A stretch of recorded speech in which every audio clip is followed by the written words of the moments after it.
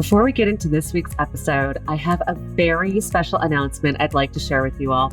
As my valued listeners, I wanted you to be the first to know about the inaugural Women and Wealth Catalyst Summit that I'll be hosting in 2025. I hope you'll join me and some other amazing women on March 27th at the Golden Gate Club in San Francisco for a full day of impactful sessions, including fireside conversations, intimate panels, and engaging discussions with values-aligned partners. Do not miss this opportunity to ignite your path to financial success and become part of a supportive network committed to achieving wealth. Reserve your spot today at women.win. That's right, ladies, women.win. And join us for a day that will shape your financial future. If you can't join us in San Francisco, be sure to stay tuned for New York City dates and venues soon to be announced. I can't wait to see you all there. Welcome to Getting Rich Together, the show for successful women who are looking to take their financial futures to the next level. I'm your host, Shama Bunton. When I started my wealth building journey, nobody knocked on my door to give me all the answers. So I want to talk to the experts who've done it and bring the answers to you so we can discover the right opportunities that will help us achieve the financial futures we've always dreamed of together and have fun doing it. So let's dive into this episode and start getting rich together.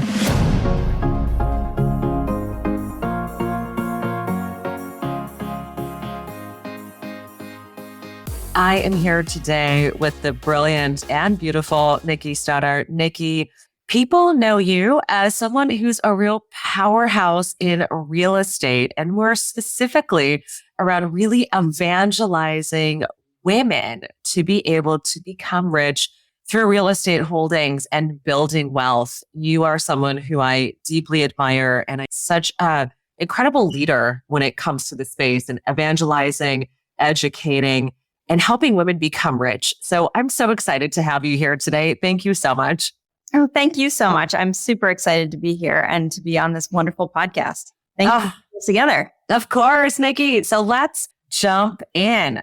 A young Nikki, a Nikki who is between, let's say, 8, 10, 12 years old. Where is she in this big, beautiful world? What is money like around her? What's family life like? Take me back to the beginnings. Yeah, it was a really interesting time for me, actually. So my childhood was, I would say, fairly difficult. My dad actually passed away from a brain tumor when I was 8. So he was diagnosed and passed away within 8 months. Glioblastoma. So I was raised by a single mom. She brought me up to McLean, Virginia. My great grandfather had built a little log cabin during the Depression in McLean, Virginia, before it was McLean, which is, in the Beltway and all the hubbub of Washington, D.C. He felled the trees on the land with his own hands, and my grandmother treated the lumber with creosote, which I think now would, make everybody roll over in their graves. But and they built this tiny little log cabin. And so after my dad passed away, we moved there.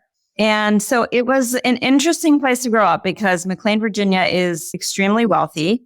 It's doctors, it's lawyers, it's politicians, it's the CIA. And there I was in this tiny little log cabin with my single mom, the only single mom in my school, I think.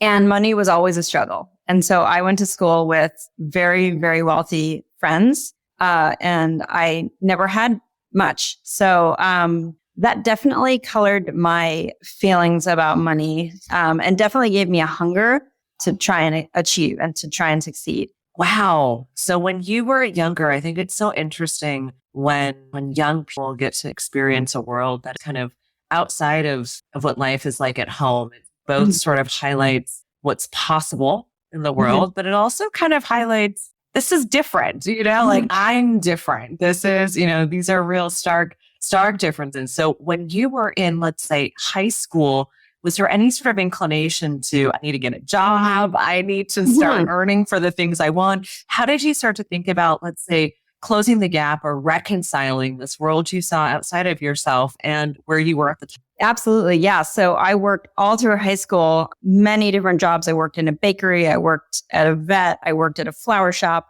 anything I could do to kind of bring money in. And oh my gosh, the feeling of elation when I got those checks, I just felt like the richest person in the world. And I don't know, the minimum wage jobs, I don't remember back at that time, it was probably like $7 an hour or something. So, but for me, it was amazing. And just that sense of freedom and being able to make my own money. So, And what were some of the things that you spent your money on as a young person? Was it food out with friends? Did you buy clothing? Like, how did you start to relate making money and spending money? good question. Yeah, definitely food out with friends in high school. I was never a big clothes person or like a material items person. I saved a lot of money. So when I was 17, my mom had remarried at 16 to a guy I absolutely could not stand at all. He's horrible. So I decided I was going to graduate high school early. So in addition to working, I was also doing night school and summer school. So I graduated a year early and moved to Spain. And I was able to do that because I'd saved up enough money for my jobs. So kind of have some pocket money. And my mom did help out as well. I'm not saying I totally did it on my own, but yeah, a lot of it was saved and used in Europe, which has been kind of a theme in my life, actually. I do a lot of that now. I love that. I love how sometimes it's like things haven't really, we've gotten older, but some things kind of remain the same, right? Yeah, exactly. So moving on into university, deciding to go to college, sort of what you would end up studying and the path, your sort of early adult path. What were your thought processes at the time? Were you really focused on something in particular? Did you have this vision of becoming this real estate sort of empress? Like, how did you sort of think about life at that time? Great question. Yeah, no, I was going to be a doctor. I was 100% sure I was going to be a doctor. I loved science. I loved biology. Oh man, I went to great lengths trying to become a physician and it didn't work out. I ended up getting married quite young. And part of that meant that my ability to go to medical school was really hobbled because my husband was an attorney and he basically had to work in California, which meant I could only apply to California schools, which are some of the hardest to get into. And I didn't get in the first time, which was heartbreaking for me. I went back and did a master's in epidemiology with the intent to reapply. And again, I was flying to like Stanford and UCSF. I think those were like my two choices that were like within driving distance. So the chances of me getting in were really small to begin with.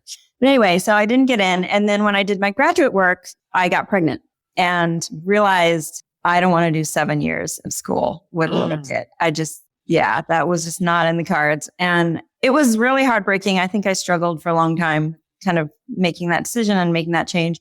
But I have to say in the last 3 years, I've had this realization that it was the best thing that ever happened. Wow. Yeah. I can tell you right now, if I had gone to medical school, I would not be as happy as I am right now. I would not be free. I would not be able to travel like I do. And honestly, I don't even think I would be financially as well off as I am now because I would have had a lot of medical school debt to pay off, etc.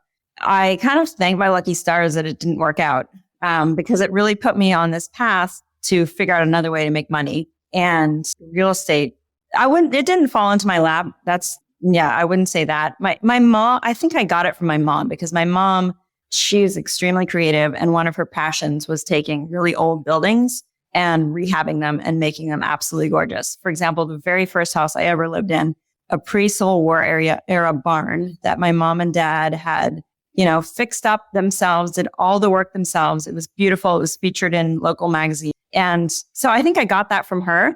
And so when my husband and I bought our first house, it had a little cottage in the back that had a little bathroom, but basically had not been fixed up.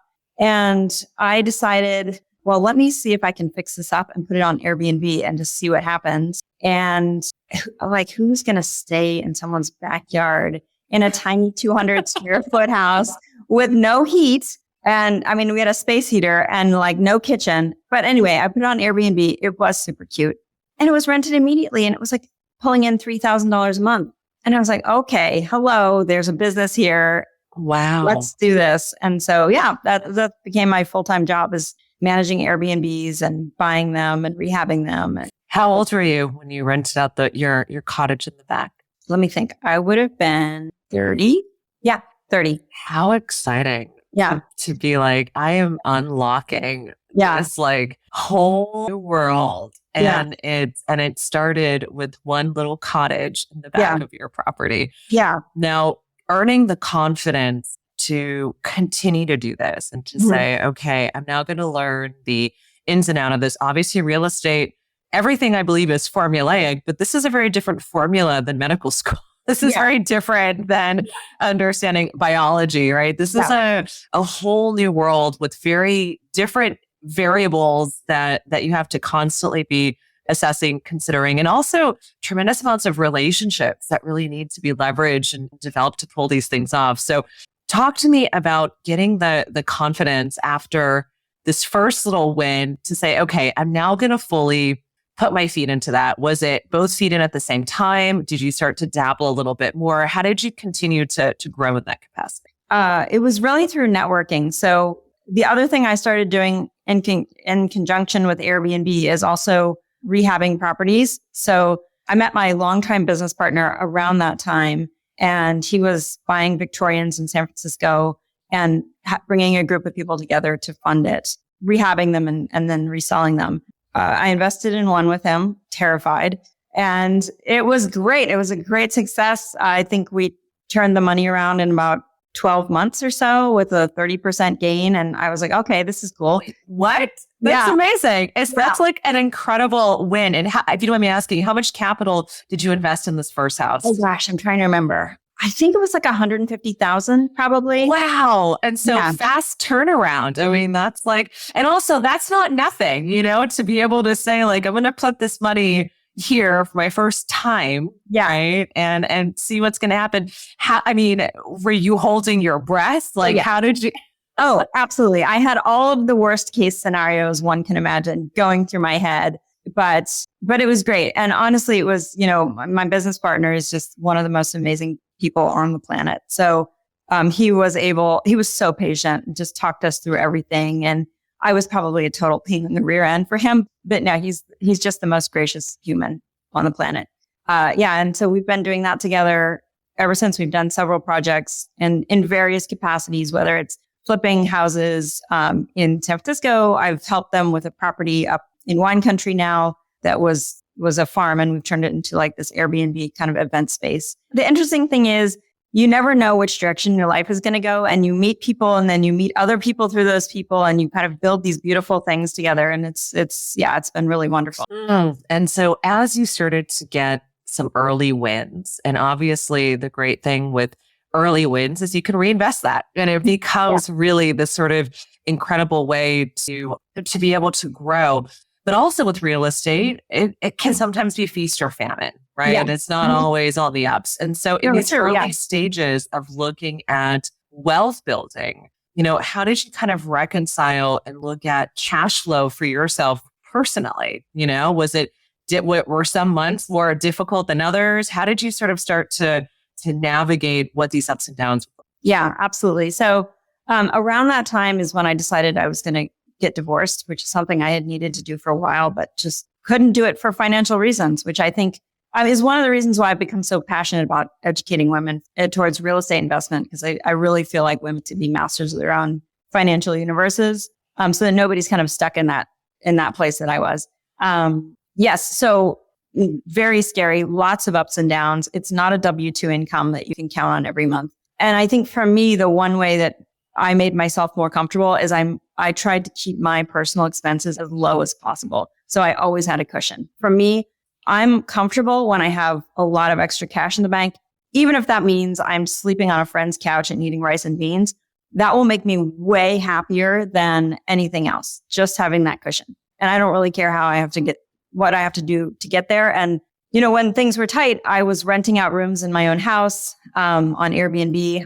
Thankfully, I had a large house in San Francisco, and the upstairs was quite separate from the downstairs. So it wasn't like so much an invasion of privacy. But I did what I had to do to kind of make things work when I needed to. It's incredible. And your children, obviously, seeing mom go through a divorce, seeing mom go through rebuilding her life, and sort of this sort of experience of you really just excelling in, again, the Empress, right? Kind of creating this body of work. How did you have these conversations with your children? What was it like sort of navigating some of these money conversations as you were pursuing and starting to develop this real estate practice? That's something I think about a lot. My kids obviously are raised in a very different way than I was. And I'm honestly not sure if it's good. They will never know the struggles that I knew about money. They've never, had a mom say, I don't know how we're going to put food on the table. Money, their lives have been private school and all the extracurriculars they could want and trips to Europe, which is something I wanted to give them. But at the same time, it's like, am I really doing right by my kids? Because I think when kids are raised with so much comfort, are you really going to have that hunger? Yeah. So, it's interesting. I think that children often never will have the same experiences as adults. And what's fascinating is they will have their own experience and they're going to have their own struggles and their own things that they're going to need to navigate. And we don't often know what they are, what their lessons will be, and how the world will sort of decide to shape them. But, seeing you start to grow not only your portfolio, but also seeing, I think, also how you're managing your time and energy, I think is also a really new thing for kids who are seeing a single mom who's out there working in real estate. Your hours are different, time is different, how you sort of look at what your flexibility looks like. It's really different than, let's say, the mom who's, working 9 to 5 at a job and coming home and it's really predictable.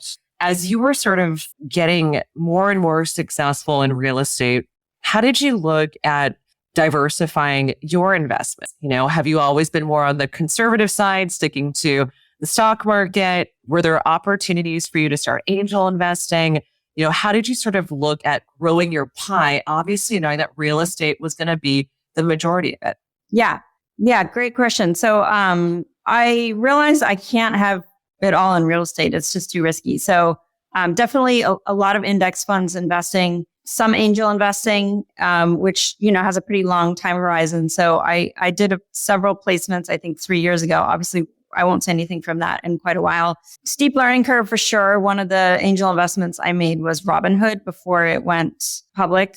And it had lost I think 70% of the money that I put into it. So definitely steep learning curve and little amounts of money in angel investing and mostly, still index funds and real estate primarily. What I think is interesting is that most people don't talk about the riskiness of angel investing or how long it takes, or you put your money into a fund and you just don't know when. You think it's going to be 7 years, it could be 10. And, so lots of things fail and some succeed. And, I think that there's a really personal sort of approach to that.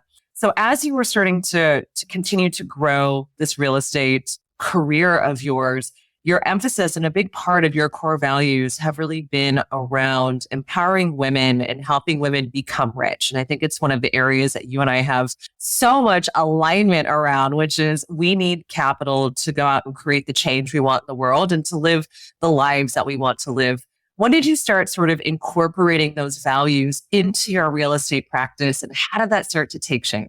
Yeah, wonderful question. So I believe it was 7 years ago, a group of girlfriends started this group called New Shoe Capital. And interestingly, all of us have daughters. I think all of us had daughters. We didn't have any boys between us.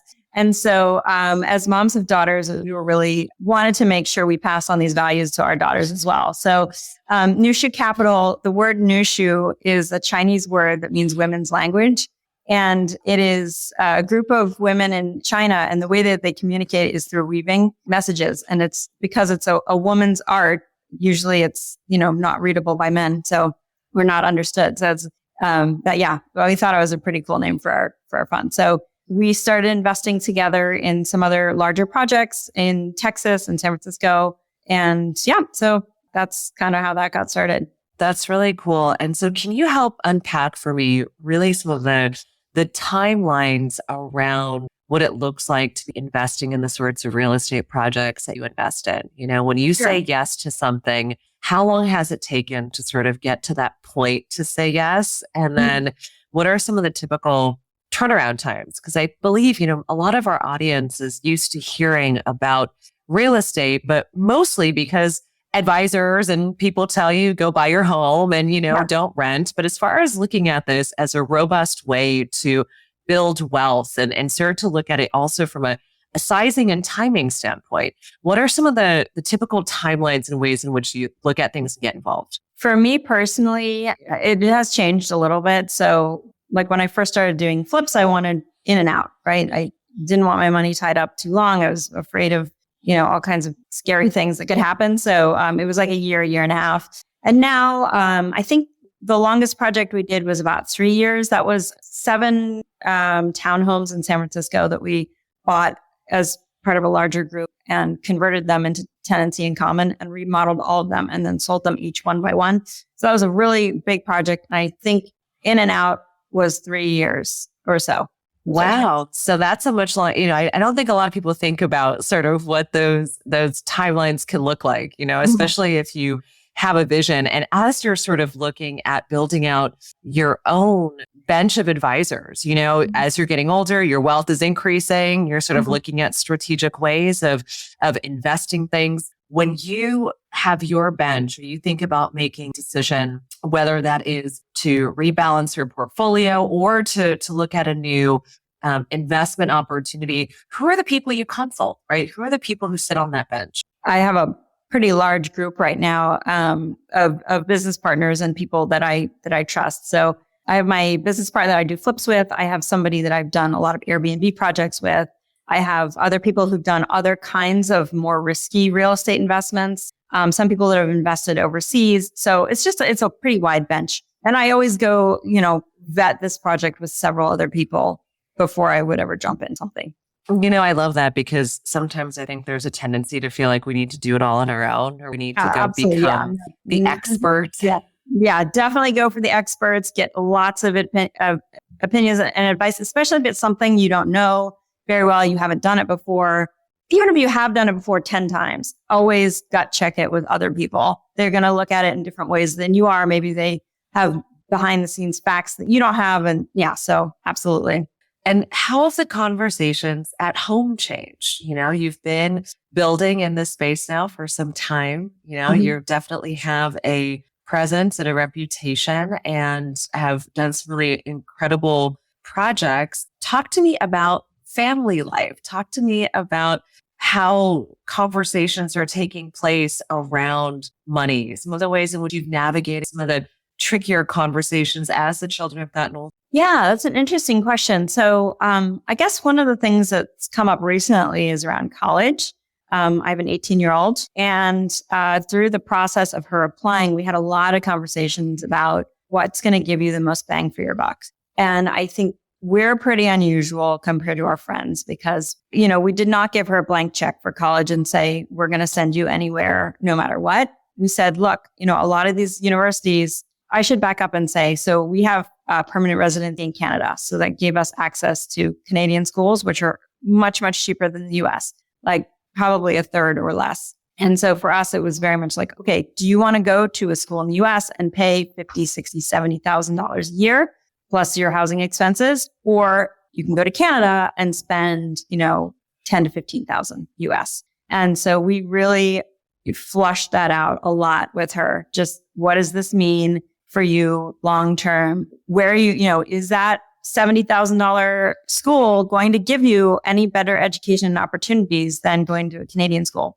And even if we hadn't had Canadian citizenship, I would have really strongly encouraged her to look at alternatives like going to Europe, which I know a lot of people are. Amsterdam is a great opportunity for kids from the US. So yeah, that was one of the conversations we had. And, I think there was a little bit of, hey, mom, you could afford to send me anywhere. Why are we having this conversation? But for me, I really feel strongly that, you want to get the most value that you can out of every dollar that you spend. Mm-hmm. And so a $70,000 US school just to me didn't seem like necessarily the best way forward. I love that. And what a great learning opportunity to sort of talk about the value of money. I feel like kids today are so consumed with working hard at school so they can get really great grades. And I don't know if you've ever encouraged your children to work part-time, but I know that children are not working part-time in the same capacities as when we were younger and we felt like we needed to earn money and be entrepreneurial and find a way to get ahead. And it's a blessing in many ways because children can now focus on their studies, without that, those who are privileged to be able to be in that position. But then it also, in many ways, there's a huge emphasis on the grades. But then in many ways, it's like, how do you then also prepare them to think about the value of money, for example? That is a really, really interesting question. Definitely, things have changed so much since I was growing up. Just getting into college is so much harder than it was for me. And I'm sure for you, competition is really fierce. And I'm not even joking when I say, like, you've got to have like written a book and started a business and had this massive portfolio to show to colleges for them to even like look at you and for you to be competitive. And so where in all of that would anyone have time for a part-time job? It's just impossible. Like, you need to be captain of your sports team and head of the robotics club. And, unfortunately, neither of my kids have had jobs and they just wouldn't have had time to. So yeah, it's crazy to think about that, right? It's like there is no part-time job at the mall for them, right? Or for many kids who are doubling down and can have the time to really focus on studies. It's an interesting space. So as you are sort of looking at, legacy building and longer term and looking to the future,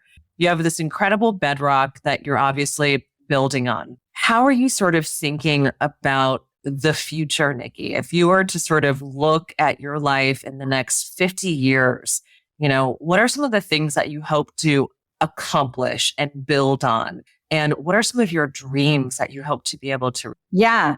So I think it's an interesting time to have this conversation because I'm now 43 and I'm having more and more this sense of YOLO, right? Like, let's do it now. We don't know how much time we're going to have. So I'm trying to fit in a lot of my hopes and dreams in the next 10, 15 years. Not to say I'm going to not be around after that, but I just feel like I want to maximize the fun that I have now. For me, that's around travel for sure. And continuing to build my business in a way that becomes more and more passive. So it's requiring less of my time. What might that look like? Like, how does one build that out in a way that could be more passive? Yeah. So being able to delegate, having assistants, having a team to support you that you really have trained so you can trust them to have your back, so you can step away. That was a big learning curve for me. I took that step about 3 years ago. And until I did that, I was basically on the verge of mental breakdown because I was doing everything on my own, no breaks, not a minute to myself, which I think, a lot of entrepreneurs kind of go through that. And my partner looked at me one day. He's like, you have to figure out a way to pass some of this on. And I think it was intense hubris at the time. I was like, oh, nobody can do this as well as I can. And it took me a long time to take the leap of hiring someone to help me. And then I realized, wow, having another brain and another pair of hands is invaluable. And so now I have a larger team and they're not perfect by any stretch of the imagination, but I can trust them. And when things go wrong, we can fix it. That's what's most important. And is that now allowing you to do more? Because obviously you add more people to the team, it takes away from the margin of the project, right? Or the margin of what you're doing. So how are you starting to look at scaling up, what you're doing, and then also looking at sort of continuing to protect, right? So now you're protecting new time found to just priceless, right? When you think about sort of the time you now have at a young age with resources to be able to do the things you want to do, live the life you want to have, and then also sort of looking at reinvesting into this infrastructure, which is now what you're doing by hiring people. How are you looking at sort of scaling up operations and then also scaling up your freedom? Yeah, I think they kind of go stepwise. So as the operation scale up, then you need to scale up the support to kind of go along with that. And I think it's kind of like a wave, right? So when you're scaling up, then you're scaling up operations, and there's always going to be a time of intense stress and work and, training your staff and everything. And then it kind of smooths out, right? And you have this kind of lovely period where everything's great and copacetic, and you think, oh, gee, I need another project. I don't know why we do this to ourselves. Like, why am I adding more things? But we do. And yeah, so that's, ups and downs. That's real estate. Really. Can you share with me just a couple of the projects that you worked on that you really held your breath on the longest? Were there were there any initiatives you went on where you were scared, terrified, wasn't sure if it was going to pull through? Maybe it didn't pull through. How did you sort of looked and experienced things? And what were sort of those moments where you were like, oh my gosh, I don't know. I mean, I would say it was some of the earlier ones for sure, when I just didn't know as much as I do now. I mean, the nice thing about real estate is it's a numbers thing, right? And if the numbers work out, barring any like really unexpected catastrophes, the project's more or less going to work out. And when I say numbers working out, like, have you built in cushion to the whole project to still cover if things go sideways? I haven't had any moments of real panic recently. Well, that's good. Yeah, definitely in the earlier stages for sure. Yeah. And, the nice thing now is there's so much education. There's so many online support groups and people you can ask any question that you can think of and you'll get a response and somebody who can answer your question in a really intelligent way. So that helps a lot. Yeah, I love that. That's incredible. And also, being able to build your community in that capacity. I think that sometimes when we talk about access to things or opportunities to things, it really comes through who you know and being able to sort of, have a strong network. It sounds like your network is pretty strong, Nick. It sounds like you've been with them. How did you start to find and pull together and build this group of people that have become the bedrock?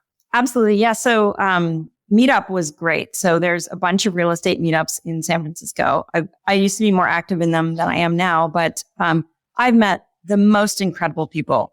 Just hardworking, entrepreneurial, super honest, forthright, strong, brave. Yeah. Just everybody's kind of going for the same thing and all there to learn from each other and grow. So definitely meetups, small education groups like that have been fabulous resources. Highly recommend. Love it. So turning to sort of the fun things in life, I love personally, I've gone through so many different trends of the things that I like to spend my money on. I think that travel always makes it onto the list, but certainly a beautiful jewelry is never lost on me. Yeah.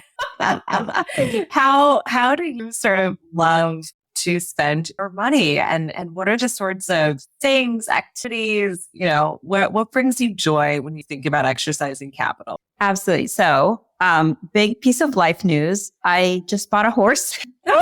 Yeah. Like 3 days ago. And I've been a lifelong equestrian since I was very small. I've always loved horses and I kind of made a goal when I turned 40, I wanted to buy a horse. Well, that didn't happen. And so this year I got back into riding again in a pretty committed way. And it just sort of happened. I don't know. I woke up one day and there's a horse and okay, here we're doing this, like this is something I've always wanted. So we're jumping in feet forward and going for it. So I feel like horse might go into the same category as a boat, which is like, there's a lot more costs there and you really think about. So how does Nikki, the one who's planning with the cushion and who's like real operationally savvy here, how are you thinking about this purchase over time? Like what does it mean to you? Yeah. So, I mean, this is one thing that's not going to make money for me. And I've always felt like, big investments should be able to make some money. Like every house I want to do, it will make money. Obviously, a horse is not that. So I'm having to take a different approach, which is for the first time in my life, I'm comfortable spending a lot of money on something that doesn't have a cushion. And that's okay. You know what? YOLO. I love that so much. I think that's so fabulous. And to date, Nikki, how many properties have you been involved in? Oh, gosh. I don't actually know because, a lot of them you buy, you sell, you invest in temporarily, probably close to 50. I don't know. That's totally a guess. I'm not even sure. Yeah.